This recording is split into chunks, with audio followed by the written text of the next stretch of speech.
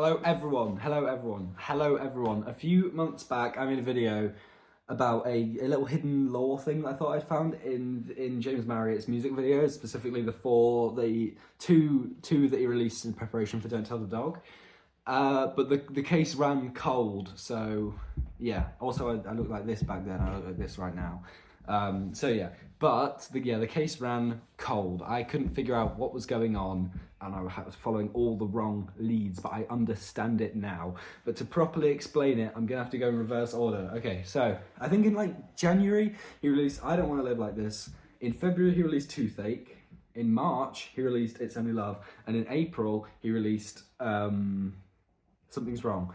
And around June, yeah, I was following the story very well until sorry, I gotta okay, but I'm gonna start from the very beginning because this is where it starts. The story starts at Something's Wrong, interestingly enough. It starts, the music video, it starts with James walking in with this girl who is listed in the credits as being named Hazel. The girl he's with is Hazel, and throughout the music video, as Will and E's character and James's character have their bowling rivalry, Hazel leaves the scene because she's fed up, and we can interpret this as just the end of the relationship. But note the name Hazel.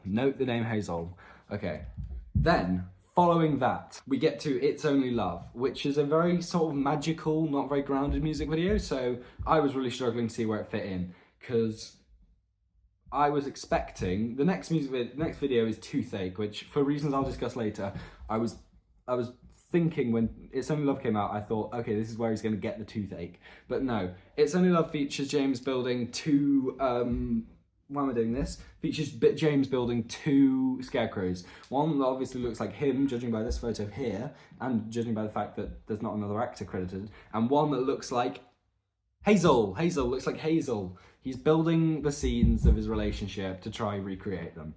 Basically, we can interpret this as he's sad.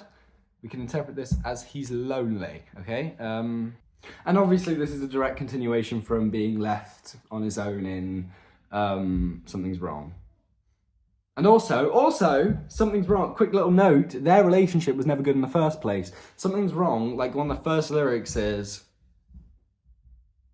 you used to be pretty, I used to be nice, which is just a, if that's been said in a relationship, it's a big red flag. Wait, no, call that...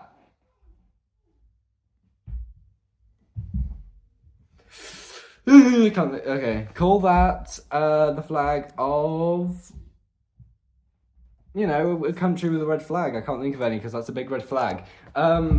But yeah, anyway, fast forwarding, It's Only Love. Now, I was really confused because I thought, okay, if It's Only Love has to lead on to Toothache, then surely he's going to get the toothache. But then I realised toothache's a metaphor, obviously. Toothache's a metaphor for, heartache and stuff. He goes to this dentist's office, which is very sketchy by the name £1 Dentist. He goes to this dentist's office, sees a sketchy man who's called, I forget his name every time, it's like something like Dr. Yomper, something like that. Let's keep it with that. He goes and sees Dr. Yobbo, gets a dodgy tooth thing, because his tooth is hurting, which is also obviously just a metaphor for poor coping strategies while experiencing loss of a relationship, or a breakup, in other words. That's happened. And then, fucking hell, this is gonna be a nightmare to edit. This is just talking for 4 minutes. Okay, but obviously, and this is where my theory started linking back up, because then we had, obviously, for some reason, Dr. Yobbo has a big tooth on his head, shoots James with an arrow, and then James is killed, let's call it that, because in the very first music video we released, which is also the last chapter in this saga, we see the music video is James's body being prepped for the funeral, basically.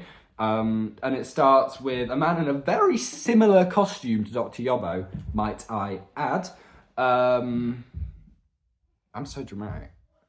A man in a very similar costume to Dr. Yobbo, takes James out of his body bag, pulls the arrow out of his head, which is how I know that toothache comes before this. Starts prepping his body, and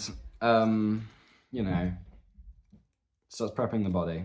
which is, it is a cool music video, but that's not what we're here to talk about. After that, at the very end of the music video, James is dead and buried. His little... Ooh! Wait, guys, POV, I'm James at the end of I Don't Want to Live Like This music video. Side-by-side comparison. That was really good. Okay, so he blows out his candle. No, matchstick that's giving us light, which can basically, you know, he's dead and buried. But then we get a little epilogue sort of the music video. Some boots come towards the grave, and, you know, there's long hair, whatever. And obviously, I went and scrolled into the credits of this, and guess who is credited in this music video despite being nowhere else in it? The actress of Hazel. That is Hazel, okay. And Dr. Yobbo, the guy who plays that, is credited as the funeral body prepper. So we got two things. Going on in here.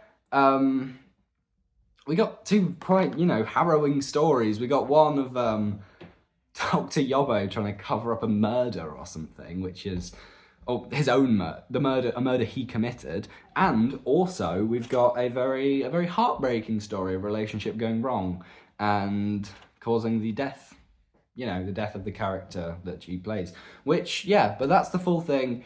I needed to string it out for myself so I could, you know, figure it out. But that is the entire story of Don't Tell the Dog.